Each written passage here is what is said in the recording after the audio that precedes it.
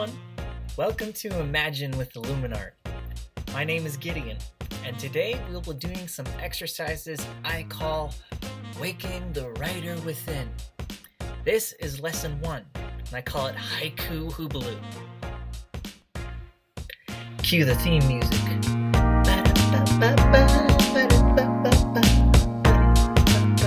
Okay, that's enough music. Waking the Writer Within. Are you looking for some way to activate your creativity? Do you have something to write but you just can't get started? Want to work your brain? Well, we're going to get started by using haiku to wake up your inner writer. But before we do anything, we're going to do something I always do when I start a rehearsal. Make friends with the space! Now, this is a nice warm-up. Now, gently, we're going to make some space for ourselves because, well, we're going to be moving a bit with our lesson today. So, in my room right now, I have this chair, which I'll need to sit in later on, but I'm going to move it out of the way. And once you've done that a little bit, shake out your body a little bit. If you want to add a little sound, you can do that too. Ah, yeah.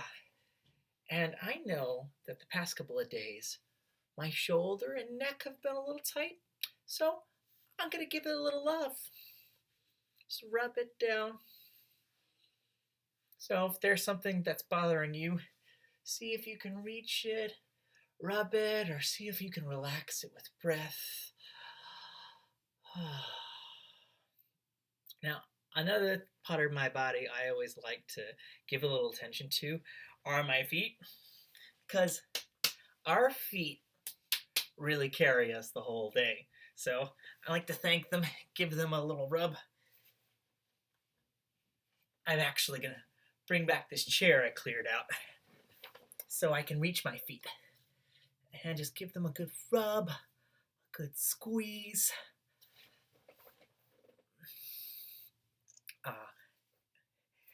And next I'm going to give my jaw some love. And if you feel you need to sanitize, you should go ahead and do that. So I'm just going to give my jaw some love because, believe it or not, some acting teachers say that we carry a lot of tension in our jaw because our jaw is a kind of filter. So it kind of keeps us from saying things that might hurt other people's feelings or that we might regret later.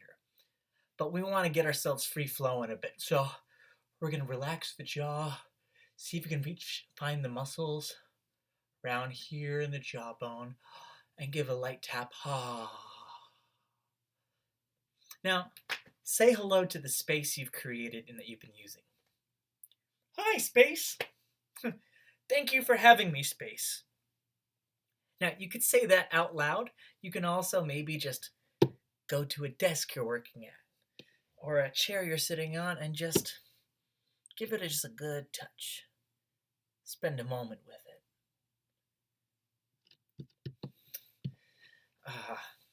Now, no matter what space you're in, make sure you befriend it because you two are going to inspire each other.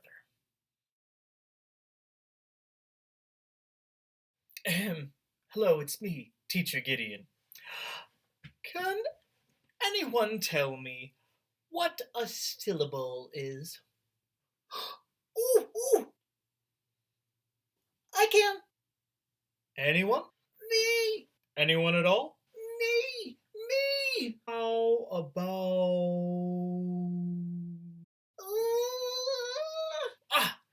You! Know-it-all, Gideon. Yes. Thank you, Mr. Teacher Gideon. He always gets picked. A syllable is a unit of pronunciation having one vowel sound with or without surrounding consonants, forming the whole or part of a word. For example, there are 2 syllables in water and 3 in inferno. So says the Oxford Dictionary. Very good, know-it-all, Gideon. Excuse me, Teacher Gideon? What does that even mean? Well, Student Gideon, every word has at least one beat. Some have more. Like the example Know-It-All Gideon used. Water has 2 beats. Water. Inferno has 3 beats. Toodaloo, that has 3. Toodaloo. And lunch has 1. That's where I'm off to. See ya. Anywho, let's write ourselves a few haiku now to get some practice. Haikus have 3 lines. 1, 2, and 3. The number of syllables is set for each line. The first line has 5 syllables. Line number 2 has 7 syllables. And the last line has 5. So let's practice. Actually, the last 3 sentences I said were technically all were haiku. Anywho, let's write ourselves a few haiku now. This just goes to show you can write a haiku about anything. Now, some people might spend hours, even years, working on just one haiku. For me, and for all of us today, we're just going to get it done. And that's all I'm asking you to do today. Get it done. Write those 3 lines and count your syllables. For me, I'm going to write 3 haiku, and so are you. Because we're in extraordinary times right now, let's let that be our subject matter. Haiku number 1 is going to be about what our lives were like before all this. Our second haiku is going to be about the times we're in now. And our third haiku is about something we hope for. It's kind of like a beginning, a middle, and an end, sort of like a story. I'm going to show you what I wrote. The first haiku I wrote is about how rushed my life in New York City is. It says, hustle and bustle. No time to catch my breath. Eat, sleep, catch the train. My second haiku? Well, it's about how I feel right now, but I still feel a little rushed, as you can see. This one says, life in quarantine.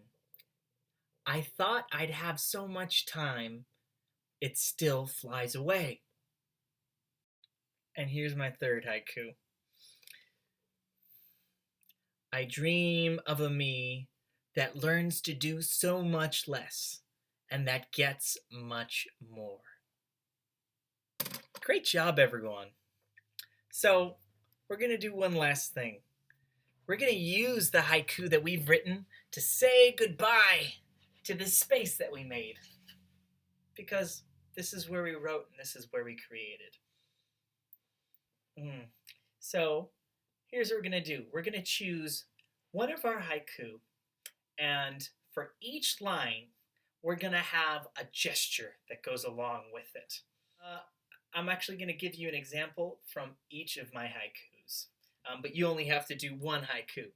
Hustle and bustle.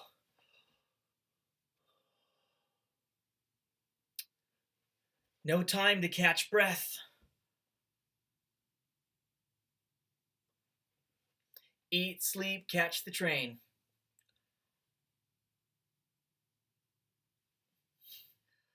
Life in quarantine.